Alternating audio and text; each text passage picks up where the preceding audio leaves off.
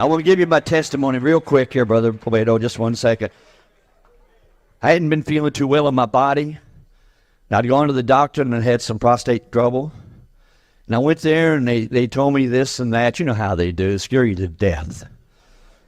Scare you to death. And so Lois says, I'm going down with you. I said, no, I'm fine. I'm okay. She said, I'm going with you anyway. So she went down and I made her sit in the office because they had already done a biopsy. When they came back, he called me in there and he said, Mr. Branham, I can't believe this. He says, I wouldn't even believed it. He said, but we'd done 12 biopsies and 10 of them was positive. He said, you're completely full of cancer. You say, what does that mean? Well, till they tell you that, you don't know what I'm talking about. It scared me so bad. Not that I was scared of dying, but it just scared me so bad. And I couldn't even move. He told my boy David, he said, I've told a lot of people that they had cancer. He said, but I've never seen anybody take it as hard as your daddy. I couldn't move. He said, I'll go get your wife. So he got the wife and brought her in. And anyway, he told me, he says, we don't know how long, you know how they do and all that. That wasn't what was bothering me. I just didn't want to go. And just didn't know how to accept that. But Satan knows how to give you a lie. Like our brother said when he opens his mouth. But he don't tell you all the truth. Like I tell you about Babe Ruth, he hit 714 home runs, but they don't tell you that he struck out 1,300 times either. So anyway, I'd been working on a tape up at the Voice of God, and I come out and I got on the phone and I called my brother, and I told him. It was pouring down rain. It was a Friday. And I tell you the truth, it was scared me to death. When I come out, he said, Bub, we'll just keep before the Lord. So we had prayer, and we'd been in the chapel and prayed. And I went back up at the office, and I told my children that day. I said, I don't want you to feel bad for Dad. I said, I want to be right up in front with you. And I said, with it this bad, I said, it probably won't be long. It doesn't matter. I said, one moment from here, and I'm going to be where I want to be all my life. No question about that. So I went on home, and the wife says, what are you going to do? I said, I'm going to the Voice of God. And she said, no, don't go up there. They're closed on Friday. She says, don't go up there, Billy. I said, I've got to. I just want to go pray. So I went in the office, and I prayed. And I went in the chapel there, and I prayed. I come back, and I turned on the tape. I wanted to hear a tape. I wanted to hear Daddy say something. I wanted to hear him pray for somebody and say, you got prostate cancer. There was a tape on there that I'd been working on for several days. Questions and answers on the seals.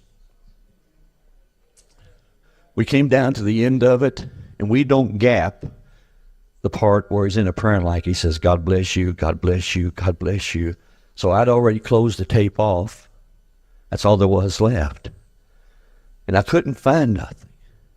So I just pushed the button. Daddy said, God bless you, sister. God bless you, brother. And he prayed for, hundreds like that. And it went on for maybe 20 or 30 minutes, and I turned the tape off, and I was so discouraged. Then something down inside of me said, listen a little farther. I pushed it again. God bless you. God bless you. God bless you. Still wasn't there. I turned it off.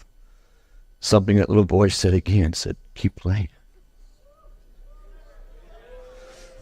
I pushed the button again. Tears from my eyes. My faith was, All of a sudden I heard a voice, a young man. I said, that's me. I said to the people, is there anybody else wants to be prayed for? The next voice I heard was Dad. He said, Billy Pol.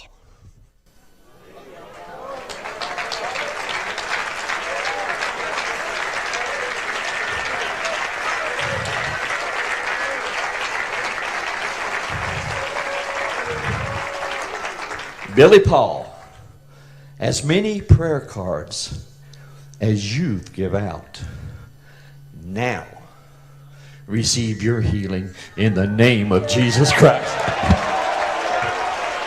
That's all it took. Man, I come home. I got on the phone. You talking about having a jubilee. I said, I don't care what the doctor said. I don't care what the devil said. Billy Pol, now receive your healing in the name of Jesus Christ. You said that was just a coincidence. I had heard that tape for 41 years. And there it was hid there for that to be revealed that day for me. God thought it, the prophet spoke it, I believed it, and that settled it. And then the revelation come into my heart, and then it become a manifestation. I began to testify about it. I said, I'm healed. And then God let my testimony become real in my heart. And then as I begin to go, Brother Branham says, then God will make your body obey your confession. And I said, I am healed. I went to the doctor 2 months later. He took my blood. He sent it to the laboratory. He came back and he's sitting there. He had his glasses across his eyes. He's looking like that. And he said, Mr. Branham. And I said, yes. He said, you want to know what your PSA is today? And I said, yes, sir. He said, minus 0.1. I said, what does that mean, doctor? He said, if I would have sent water to that laboratory, it wouldn't have tested any more pure than your blood. Jesus Christ the same yesterday, today, and forever. God bless you, Brother Robert.